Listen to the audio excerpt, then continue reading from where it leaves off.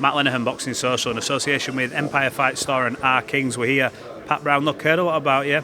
Saw the build-up, and I couldn't remember Matchroom doing a build-up like this for somebody turning over from Team GB in a long time. It brought me back to maybe an Anthony Joshua days, and we saw what happened with his career.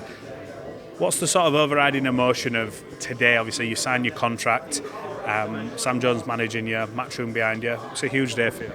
Yeah, it's a massive day for me. It's quite humbling, to be honest, and I wasn't expecting, this much fuss when I was coming to 20 Stories in Manchester today. Obviously, it's brilliant, it's great exposure, but all this sort of talking and all that stuff, I just want to get in there and do my job really and show to everyone what I'm bringing, because this is all just like noise, isn't it? But it's great and I appreciate it. One thing I spoke to Sam and I said, look, when people turn up from amateurs, not every amateur makes a good pro. He says, look, fan-friendly style, exciting. He wants to have a fight. And obviously you're in a gym there with someone like Jamie Moore and Nigel Travis, who, Jamie knows all about the fighting scene in Manchester and he can help guide you. How much of a buzz is that? You've got someone behind you like Jamie, like Nigel, who can help guide you through this career. Yeah, it's a massive buzz. Obviously, Jamie's got a fan-friendly style as well from back in the day with obviously Matthew Macklin. That's a massive fight in his career, and his style definitely aligns with mine. And I think that's why we're together, because we gel, and rightly so. And in terms of Nigel, he's obviously been with me as an amateur, so there's no loyalty lost there, and he's with me all the way. So yeah, I can't wait. I've got a good team around me and a good vehicle to get me to where I need to be. When you look at Manchester boxing now, new arena just getting built. We see down the years, we mentioned there obviously Jamie Moore, but the likes of Ricky Hatton and Anthony Crowther who filled the MEN. You've now got an opportunity. I'm not saying you're going to go and fill the Co-op Live arena straight away, but depending on where you start, if you start on a smaller stage, you could maybe headline. Speaking to Sam, and he says, look, potentially we go smaller and we let him headline a show, because you do the tickets like a Johnny Fisher does down south. How pleasing is it knowing that you potentially could be the one leading the charge for this great city? It's littered in history with all these good fighters, and your name could be up in lights. I know there's also Conor Tusbury as well in the gym, who's people talking about him, but you're part of this next wave, and you could be that one. Definitely, yeah. I take great pride with that. With my fan friendly style, and my fans, I don't like calling them fans really, because I know them personally, all of them, and the supporters, they're brilliant, and they have backed me left, right and centre. And with me being on GB, travelling internationally, they've not really seen me bar Paris. They come over, see me live and in action, so it'd be great to just start having a good few fights now in Manchester. And if I can fill that void where I bring the big massive nights back into Manchester, we've got some great talent in Manchester, and it can definitely form something there. Ambition in the sport. You're coming into the game at cruiserweight. Will there be? I know you won't look too far ahead, and this is all happening in one day for you, but I've got to ask you these kind of questions.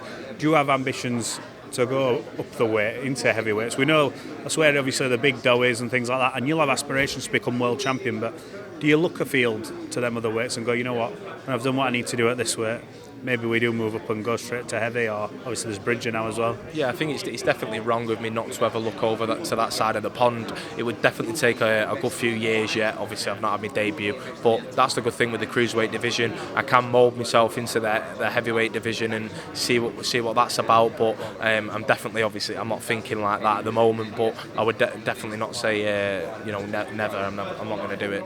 How did Sam Jones come about? So me and Sam, we interview all the time, and he always says, look, he goes, I've got the best young crop, I've got the best stable in this country, definitely. Now he's added yourself to it. What's it like having him as manager? I know it's only been a short period, but what's that interaction like? Because he's a good talker, Sam, and look, I think people look at him and they see he is the talker, but there's a lot of work behind the scenes with the fighters and gets them these opportunities. Why Sam Jones? Why was Sam the right pick for you? I think obviously he's heavily in my stable of fighters. I've heard some good news about him with the fighters he manages, like Jack Catterall and Cameron Vong, and he's always been in the picture. But I have I've evaluated my options in terms of management, and I just felt like Jamie's close with him, Nigel's close with him. Like there's no sticky business, and obviously I was going into it like not fully trusting him. Like I'm just saving my own back. But over these past few months where we've been dealing with business together and stuff, I've definitely warmed to him. And he's a good man, and I'm glad that I've made the decision to be with Sam Jones. Well, you've not only made that decision, I'm sure, and Sam has alluded to it, you'll have had every man and the dog sniffing around you trying to get you signed up to promotional contract. You've gone with Eddie Hearn.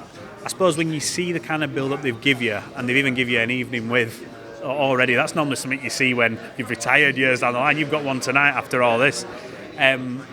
Was that one of the big things about Eddie and Matchroom? What was your specific reason about this stable? Obviously, I know Sam will have had an input and he's done a lot of business with Matchroom. But what is it about Eddie and Matchroom that was the right fit for you? I just think my vision and where I wanted to get to and stuff, it aligned with theirs. And in terms of the way they run the shows and the way they handle business, it's just professional. There's no riff-raff, there's no blowing smoke. It's like yes is yes and no is no, and you know where you stand. And that's vice versa with, if I'm going to say something, they know it's just straight to the point. And I just felt like my gut feeling was saying Matchroom, and you should never ignore your gut feeling. I think it's always the right thing to do and go for. Do you think you turning over professional now, it will be better suited for you and your style? A lot of people say, oh, you've got that amateur style. You may even see them on a podium, winning gold medal, they turn over and it's different. There's something not right there. Do you feel that you've got that perfect blend of a style of someone who can box but knows how to have a tear-up kind of thing and do it, we say, educated-wise? Is now the right time for you to turn pro in terms of where you are, in terms of ability? I believe so. I could have turned pro a few years back, but I always knew where I would get to with the GB setup, and I always kind of knew I need to get on GB to experience all the other styles internationally. And I know it's a completely different sport. Amateurs are pro, but it's also like, it's the foundation, isn't it? Like boxing's boxing, you're getting in a ring with someone and you're having a fight. And my sort of style, it has changed slightly, obviously catering to the 3-round international fights with GB, but I have always kept, sitting on my shots and punching with bad intentions.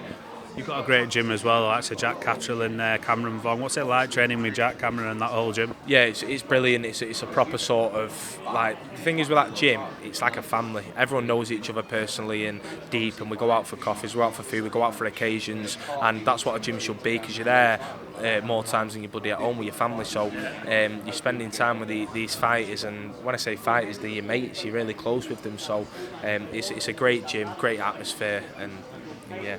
Away from the boxing, I've heard you're a Man United fan. Aside from the boxing ability, this is going to be a problem. How are you getting on this year? What are you going to think? What do you think of this new manager that's come in? I think I had a mate going all off Twitter after 1-0 after 20 seconds, and I'm like, just give it time.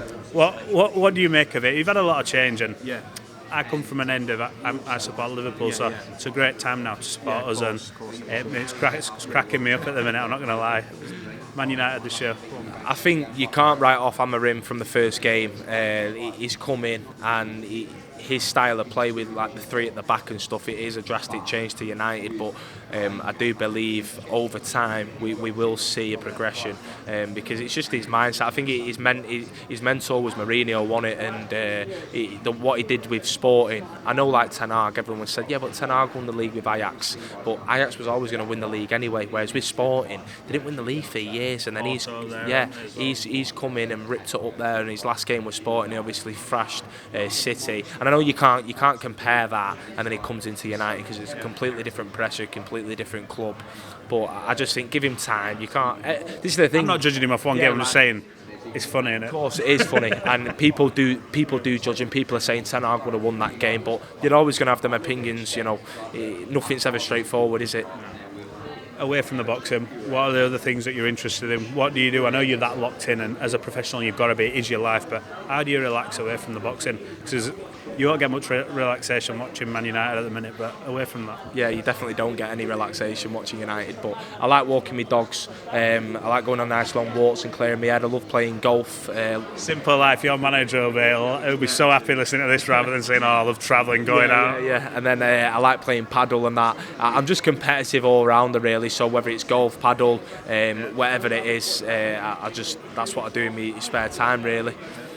Pat, look, I appreciate your time. Tried to mix it up there for then, because I know everyone's asking you the same question.